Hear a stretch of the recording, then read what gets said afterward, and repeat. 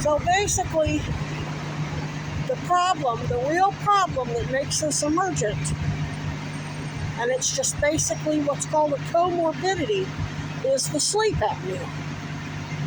Because even though I have a thing that goes, I have something that holds my nose open, so I do end getting more oxygen than normal from the sleep apnea, because I have a deviated septum that basically shuts down my esophagus so I don't breathe when I fall asleep. That sleep apnea, it makes I remember my oxygen saturation drop to something ridiculous. I mean, ridiculously low. I'm basically comatose. And that apparently the lack of oxygen for a long period of time until I wake up choking or from severe pain, that shit aggravates my conditions. Even on regular days, the sleep apnea causes the pelvic pain to be worse. And I'm not going to go into all of it, but I'm just saying,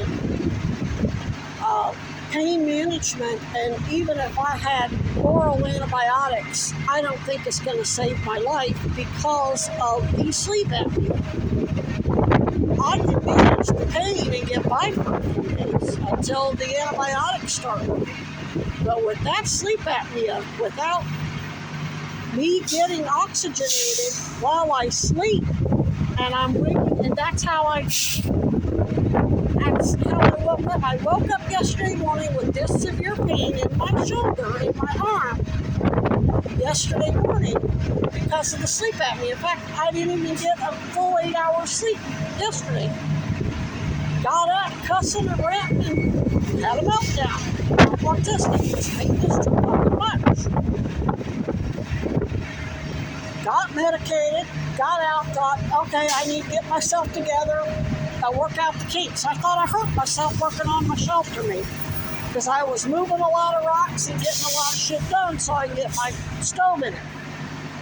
But I've got to do an initial burn-in before I can burn the stove in the tent or in the shelter. I mean, I probably could because it's got that big wall that sits out. Anyway, just for precautions, that's what I was doing. But I felt that the pain kept getting worse and worse and worse, even though I stayed awake. Thought it was another collapsed lung, but I don't have all of the other symptoms that I had with that. And the pain is so bad, I can't even it took me 2 hours to get my coat on. I had to take 4 fucking pain pills. Didn't take them all at once. I dosed. It helped a tiny bit. Took another dose. It helped a little bit more. And I kept dosing until it fucking worked. Enough to get me out of fuck. I was talking to my friend on the bus and started breaking in. I was in tears, and it's not like, oh, I'm crying, I'm sad. No, the pain's that fucking bad. It's that fucking bad, whatever this is. And it doesn't, the sleep apnea aggravates the pain, and usually that's why it takes me so long to get going in the morning, because until my oxygen levels get up to something normal and I get the pain under control, I can't do shit. Well, this shit ain't getting better as I get up and get out and get about and get distracted. It ain't getting better at all. It's getting decidedly worse. And then this morning I finally got medicated enough to get to sleep. The pain was so fucking bad last night, all night last night, I had to take extra doses to get it under control enough to get to sleep. Got to sleep an hour and a half, woke up in excruciating pain. Set my alarm, did my breathing exercises, set my alarm, and before the alarm went off, again an hour and a half later, I woke up from the pain. So fucking bad. I couldn't use my left arm to pull my covers over me. And when you've got sleep apnea, you need to sleep on your left side.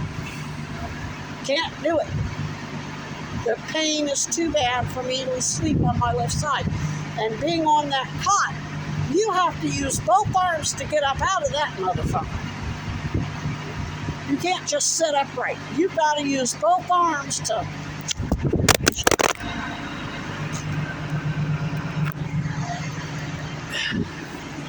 Drop my phone because I've got a wrap on this wrist because I fractured it or something.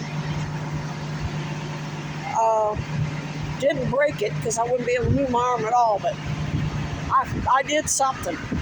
It's swollen, was discolored, couldn't barely move my thumb, thought it was lymphedema. I don't know what it is, but I couldn't use it without the wrap.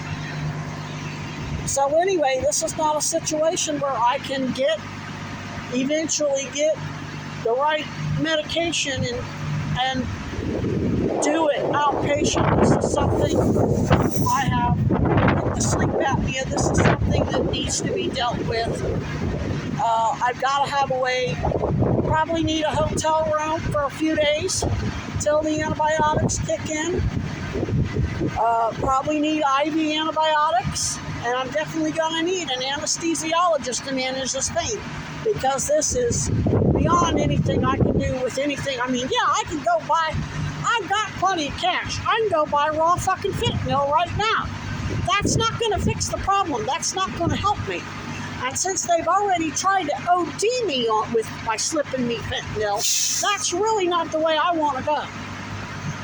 And there's the only way, the reason why I can't go without protection, literally SVU detective with the badge, is because the university's entire police is basically at the beck. They do whatever the fuck the university staff tells them to do. Fuck, they were threatening me after I recorded that doctor threatening me.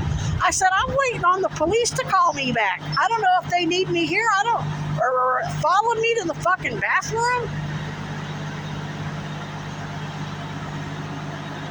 So, they're, especially since they take all of your belongings as soon as you walk into the waiting room. You don't even get to the triage with your own belongings. They don't want you recording nothing. Oh, they say it's about safety, but we all know better than that. That's ridiculous. So, and for the record, I don't want a cop there. I remember the house supervisor, I can't make them give you drugs. I don't need somebody there to make them do anything.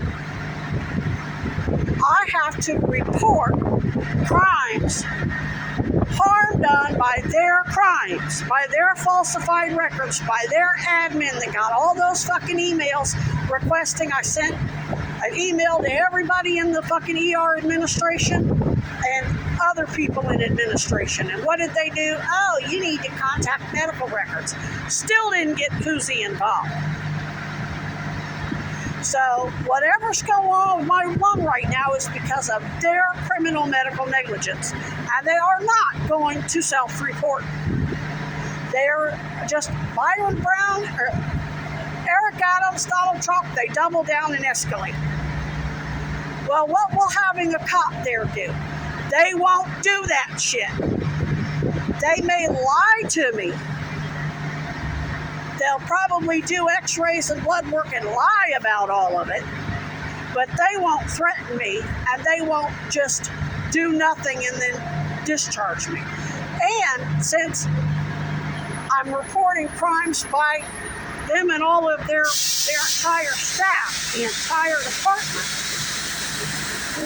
they should have a fucking cop there anyway, but they've already proven they won't fucking do that. They are not going to get Koozie there.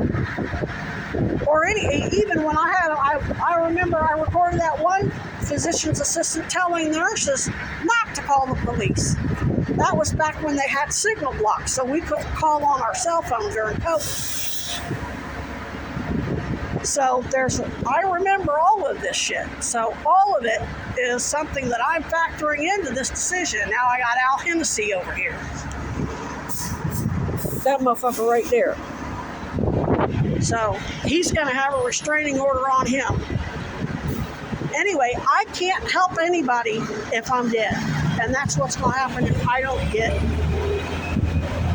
something done about this. Accommodations for the sleep apnea, get on some goddamn antibiotics, and proper pain management on top of the bupe. The bupe in and of itself isn't enough, and they can give you something short-acting. I should be in hospice care. It's that simple. I am dying. I've been telling you that. I don't put all my symptoms out there because I don't want the motherfuckers to know when I'm vulnerable and how to kill me. That's why I'm still alive. But those days are over. I can't help anybody do anything if I'm not breathing. And I can't move my arms. Can't. I mean, this pain is that bad. It's that bad. And I don't have the money to treat it with street drugs. Not for any length of time.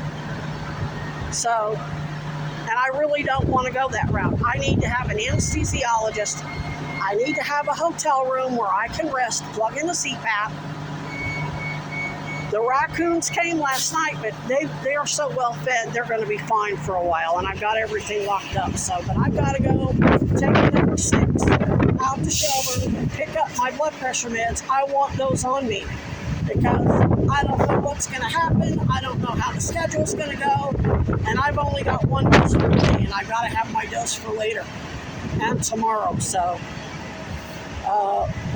it's going to be later this afternoon before I go to the mayor's office. Thanks for all your help. Appreciate you.